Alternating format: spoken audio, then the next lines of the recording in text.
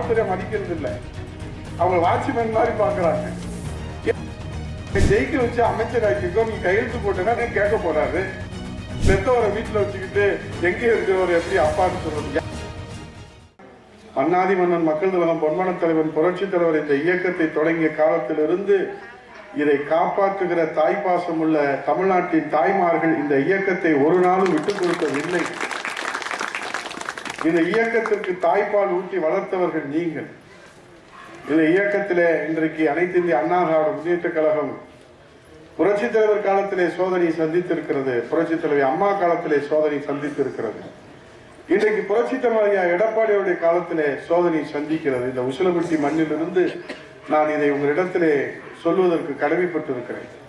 ஆனால் நீங்கள் நினைத்து பார்க்க வேண்டும், இந்த சோதனைகளை கண்டு கலங்கி நிற்கிற தலைவர் அல்ல புரட்சி தலைவர் எம்ஜிஆர், புரட்சி தலைவி அம்மா, புரட்சி தலைவர் எடப்பாடியார். தமிழ்நாட்டுக்கு கலங்கரை விளக்கமாகத்தான் அவர்கள் மக்கள் பணி ஆற்றியிருக்கிறார். ஒரு சோதனை வந்தால் அதிலே முடங்கி போகிற கட்சி அல்ல, அதிலே முடங்கி போகிற தலைவர்கள் அல்ல. ஆகவே இன்றைக்கு வருகிற சோதனைகளை எல்லாம் கண்டு கலங்கி நிற்பவர்கள் அல்ல. நிச்சயமாக தமிழ்நாட்டுக்கு கலங்கரை விளக்கமாக வழிகாட்டுகிற தலைவராக நம்முடைய புரட்சி தலைவர் எடப்பாடியார் அவர்கள். இப்ப காவல்துறையை காக்கி சட்டை போட்ட காவல்துறையை யாரும் காவல்துறையை மதிக்கிறது இல்லை. அவங்க வாட்ச்மேன் மாதிரி பாக்குறாங்க.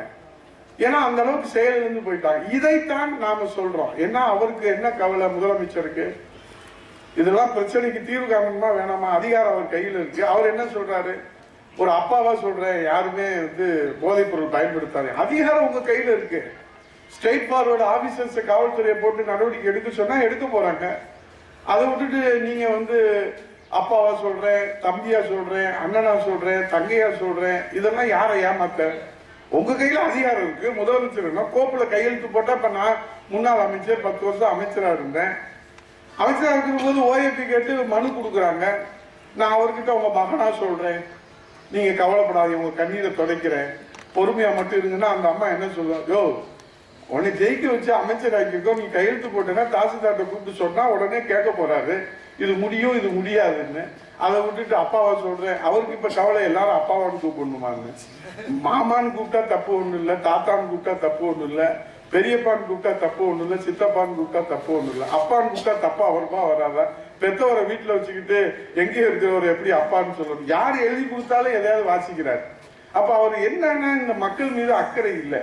இதைத்தான் நாங்க இன்னைக்கு திண்ணை பிரச்சாரமா நம்முடைய கழகத்தினுடைய நிரந்தர பொதுச் செயலாளர் நேற்று நான் ஞாயிற்றுக்கிழமை அமைதிக்கு தெரியும், ராஜாவுக்கு தெரியும், அண்ணன் மகேந்திரன் அவர்களுக்கு தெரியும், தம்பி துரை தன்ராஜ் அவர்களுக்கு தெரியும், ரகு அவர்களுக்கு தெரியும், நேரடியாக காணொலி காட்சி மூலமா இந்தந்த மாவட்டத்துல இப்படி இப்படி நடக்குது, இதை நீங்க இப்படி சீர் பண்ணணும், மக்களை சந்திக்கணும், உண்மை நிலவை எடுத்து சொல்லணும்.